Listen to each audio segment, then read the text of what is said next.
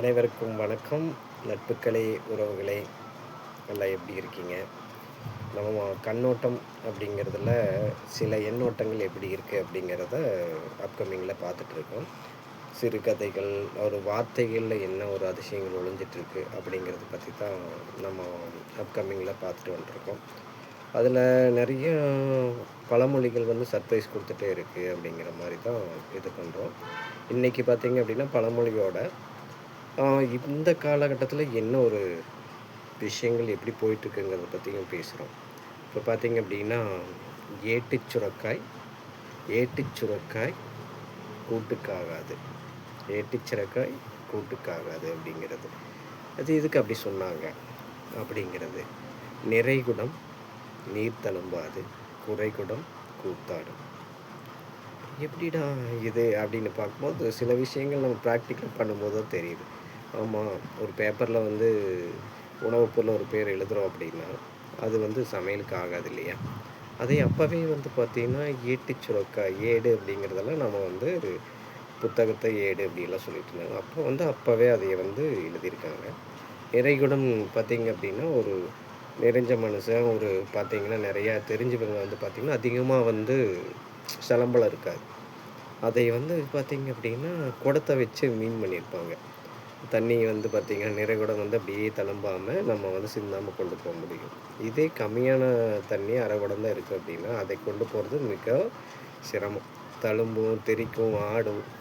இது என்னென்னா இது எதுக்கு சொல்ல வர்றாங்க அப்படின்னா அறிவாளிகள் அளவாக பேசுவாங்க, பொறுமையாக இருப்பாங்க, நிதானமாக இருப்பாங்கன்னு அர்த்தம்.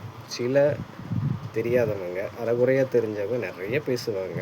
அவங்க வந்து அவங்கள கூட கூட்டிகிட்டு போகிறது மிகப்பெரிய சிரமமாக இருக்குது அப்படிங்கிறத அப்போவே வந்து அனுபவித்து சொல்லியிருக்காங்க.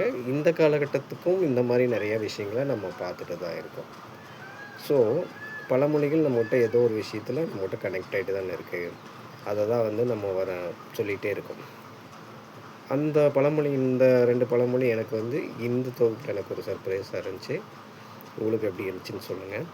அதோட வார்த்தைகள் விளையாட்டை நம்ம ஃபைனலாக ஒன்று சொல்லிகிட்டு இருக்கோம் இல்லையா? இன்றைக்கி வார்த்தைகள் பார்த்திங்கன்னா இல்லறம். அந்த இல்லறம் அப்படிங்கிற ஒரு வார்த்தை அதை பிரித்து பாருங்கள் தெரியும். இல்லம் ப்ளஸ் அறம். இல்லறம். இல்லம் அப்படின்னா வீடு. அந்த வீட்டுக்குள்ளேயே அறத்தை நீங்கள் வந்து ஃபாலோ பண்ணணும் அப்படிங்கிறது தான் இல்லறம் அப்படின்னு இருக்குது. அந்த ஒழுக்கங்கள் நம்மளோட கமிட்மெண்ட்டு அந்த எல்லாமே நம்ம வந்து நம்ம வீட்லேயே அந்த அறத்தெல்லாம் கொண்டு போகணும் அப்படிங்கிறது தான் இல்லறம்னு அதுக்கு பேர் வந்திருக்கு. நம்ம மனைவி அவங்கள எல்லாத்தையுமே பார்த்தீங்கன்னா இல்லத்து அரசி. அப்போவே வந்து அந்த கால வார்த்தைகள்லேயே இல்லத்து அரசின்னு தான் நம்ம வந்து மனைவிக்கு பேர் வச்சுருக்கோம். அப்புறம் இல்லம் அப்படின்னு சொல்கிற ஒரு வார்த்தைக்கு மனைன்னு ஒன்று இருக்குது. வீட்டு மனை அப்படி சொல்லுவோம் இல்லையா? வீடுங்கிறதுக்கு இல்லம்னு ஒரு பேர் இருக்குது, மனைன்னு இருக்குது. நம்ம சொன்னோம் இல்லையா? இல்லத்து அரசின்னு ஒன்று வந்து நம்மோட சொன்ன மாதிரி மனைவி, அதாவது மனைங்கிறதுலையே வீ போட்டு மனைவி அப்படிங்கிறதையும் சொல்லியிருக்காங்க. அப்படின்னா என்னென்னா பெண்களுக்கு வீட்டோட முழு பொறுப்பு முக்கியத்துவத்தை அப்பிருந்தே வார்த்தைகளில் கொடுத்துருக்காங்க. சூப்பரில். அடுத்த சந்திப்பில் இன்னும் வார்த்தைகளோடு பார்ப்போம். மறக்காமல் சப்ஸ்கிரைப் பண்ணிக்கோங்க. வாழ்த்துக்கள். மீண்டும் அடுத்த சந்திப்பில் பார்ப்போம்.